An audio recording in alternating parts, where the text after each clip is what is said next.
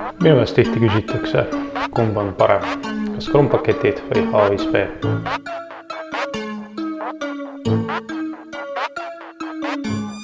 Täna proovime leida vastust selle raskele küsimusele. Esiteks proovime aru saada, mis erinevus on siis H5P-l ja Scrum-pakettidel. Kui me vaatame H5P-d, siis me näeme, see on siuke HTML5-s koostatud plugin selleks, et teha interaktiivset sisu. Selle alla me võime panna igasuguseid küsimusi, videosi ja nii edasi. Scrumi eesmärk on see, et see on lihtsalt standard. Vaatame siis natuke H5P-d, et mis selle siis eelised on. Kui me vaatame H5P-d, siis saame vaadata, mis me saame sellega teha. Sellega me saame teha mingisuguseid tüüpküsimusi, aritmeetrilisi asju, pilte, videosi, küsimusi ja nii edasi. Et põhimõtteliselt suhteliselt palju valikuvõimalusi. Kui me vaatame Scrum-pakette, siis me otseselt ei näe, mis sellega saab teha. See Scrum-paketid on põhimõtteliselt laiendus ja iga programm kasutab seda enda moodi. Vaatame siis, kuidas ma kasutan H5P-d. H5P eelis on see, et kui minna Moodle'isse, siis on kõik seal juba sisse ehitatud. See tähendab seda, et eraldi midagi alla laadida ei ole vaja. Saame kõike teha Moodle'i keskkonnas, seal valmis ehitada, salvestada ja kasutada. Midagi eriti lisaks ei ole vaja teha. Kui me vaatame H5P-d siis näidisena, siis näiteks siin on tehtud näidisküsimused ja on näidatud, mis on õige, mis vale vastus. Kõige kergem võimalus. Kui me tahame hakka luua H5P-d, siis avaneb natuke teistsugune pilt. Kui me avame H5P loodjat, siis me näeme sihukest olukorda. Selle teoorias võiks ära püüda, aga siia ülesse paneme nimetuse. Kui meil on olemas see sisupakett või paketifail, mis on eraldi loodud, siis me saame selle siia üles laadida. Siin on allalaadimine, siin on siis hindamine, katsete valik. Ehk siis saame jälgida, mitu katset oli tehtud. Ja siis muud üldsätted. Kui me tahame ise luua, siis me peame siit valima mingisuguse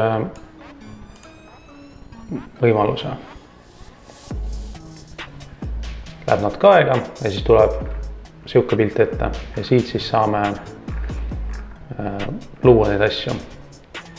Et kuna Moodle'is on raske teha ja tihtipeale me sõltume väga interneti kiirusest, siis enda jaoks ma olen alla laadinud sihukese programmi, mille nimetuseks on Lumi. Põhimõtteliselt see Lumi kordab kõike selle sama, mis on olemas Moodle'is. Aga eelis on see, et seda saab luua offline'is. Ehk me saame need vaikselt siia luua, vahepeal peatuda või muuta ja siis üles laadida. Ja interface on põhimõtteliselt samasugune. Siin me saame näha mingeid näidiseid, mis võimalused on, kuidas kasutada, et suhteliselt lihtne.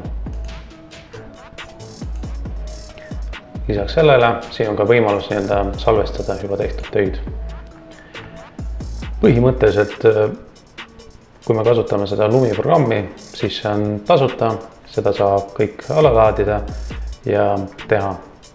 Ainuke miinus on võib-olla see, et kui me tahame mitu asja kokku panna, siis lõppkokkuvõttes me saame sihukese olukorra, kus see on võimatu. Kui me vaatame teiselt poolt Scrum-pakette, siis põhimõtteliselt, kui me lisame Scrum-paketi mingisuguse tegevuse, siis põhimõte on enam-vähem sama. Ehk siis on nimi, siia saame üles laadida selle paketi, mis oli eraldi loodud. siis natuke välimust, sätestada kättesaadavust, hindamist. Siin on lisaks võib-olla see, et saame soorituskatsete arvu piirata. Kas üks või piiramatu. Et see on hea, kui on mingisugune näiteks test, kus meil on piiratud arv võimalusi ja siis lõppkokkuvõttes saame kõrgema hinda järgi. Siis lisaks sellele on siin kõik need muud asjad, aga need on suht sarnased Havispeega. Scrum paketi võib-olla miinus on see, et enda Moodle'i keskkonnas seda eraldi luua ei saa. Aga olemas siuke hea koht nagu Learning Apps. Learning Apps on jällegi siuke tasuta keskkond, kus me saame luua mingisuguse näidise alusel lahenduse, interaktiivse või mitte, ja siis selle alla laadida Scrum paketina ja siis uuesti üles laadida. Learning Appsi kasutan siiamaani, kuna siin on sellise küsimusi, kus on vaja joonisel leida mingi vastuse, siis nende loomine on väga-väga lihtne. Aga põhimõtteliselt oletame, et meil on mingisugune pilt, sinna pildi peale paneme mingi punktid, mille alusel õpilane peab valima siis mingisuguse valiku. Kui see on tehtud, salvestatud, siis siin alla on olemas Scrum paketi allalaadimise nupp. Laeme selle endale alla ja siis laeme Moodle'isse ülesse ja siis saame sätestada. Kui näiteks me Moodle'it ei kasuta, kasutame mingisugust Google Classroomi, siis põhimõtteliselt saame kasutada ka otselingina. Kui me kasutame otselinki, siis me seda hinnata ei saa. Kui näiteks me kasutame QR-koode, siis QR-koodid on siin otseselt kättesaadavad.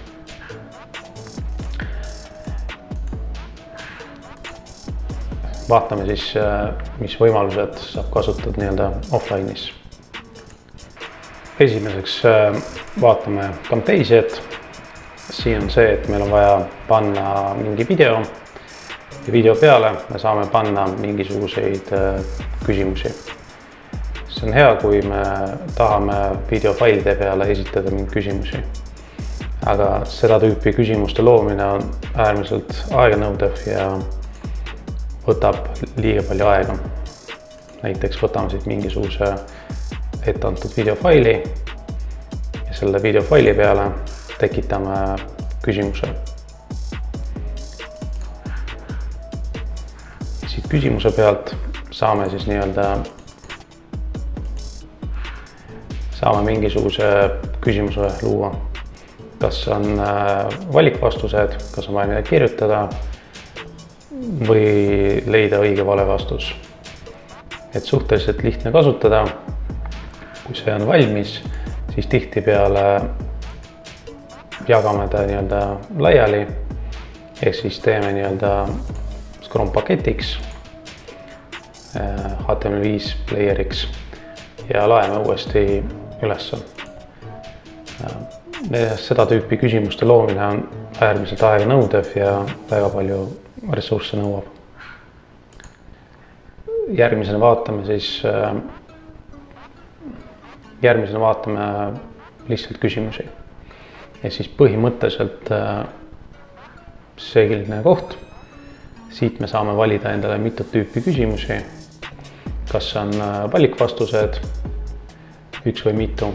Kas on õige vale vastus, kus on vaja midagi kirjutada, kus on vaja panna mingi number, kus on vaja panna õiges järjekorras, kus on vaja paarid kokku panna, kus on vaja sisu kirjutada, valida sisust, valida mingi punkt fotol, panna pildid õigesse kohta, selline tüüpi küsimusi ja pikk vastus. Jällegi, kui sellised küsimused on mingi arv tehtud, siis me saame need eksportida Scrum paketiks ja üles laadida Moodle'isse. Järgmisena saame luua mingisuguse interaktiivse graafiku. Valikutes on siis kas astmeline, ajajoon, selline variant, mingisugused pildid, kataloogid ja nii edasi. Nende küsimuste üks miinus on see, et siis need on õpiobjektid, neid ei saa hinnata, kuna millegipärast, kui üles laadida, siis nende lõpetamine on raskendatud. Ehk siis Moodle ei salvesta, kui see asi on nagu lõpetatud. Siis järgmisena on see dialoogi puu. Ehk siis me teeme valikvastustena ja iga vastus viib siis järgmisse kohta. Näiteks siin on tehtud üks lühike dialoog, kus me saame jälgida mingisugust vastamist. Ehk siis küsitakse küsimus ja siis õpilane vastab. Ja kui on vale vastus, siis viib tagasi algusesse. Jällegi seda tüüpi ülesanne on hea, kui teha mingi kordamist või on näiteks teeninduses on mingisugune raske dialoog. Selle miinus on see, et jällegi seda saab kasutada ainult õpiobjektina, et seda ei saa hinnata, kuna Moodle ei rakenda lõpetamiskäsku. Ja siis isegi kui õpilane jõuab lõppu, siis Moodle ei arvesta, et see on lõpetatud. Aga kui kasutada õpiobjektina, siis täiesti sobib. Enam-vähem HVSP ja Scrum paketid teevad ühte sama asja. Sõltub, kuidas te tahate neid kasutada. Kui kasutada õpiobjektina, siis mõlemad täiesti sobivad. Kui kasutada küsimustena, siis Scrum pakettide loomine ja muutmine on natuke kergem, kuna Scrum pakettides saab üksikuid vastuseid või küsimusi kopeerida järgmisse küsimusse. HVSP-s me teeme ühe selle suure paketi valmis ja sealt mingi tükke välja võtta ei õnnestu.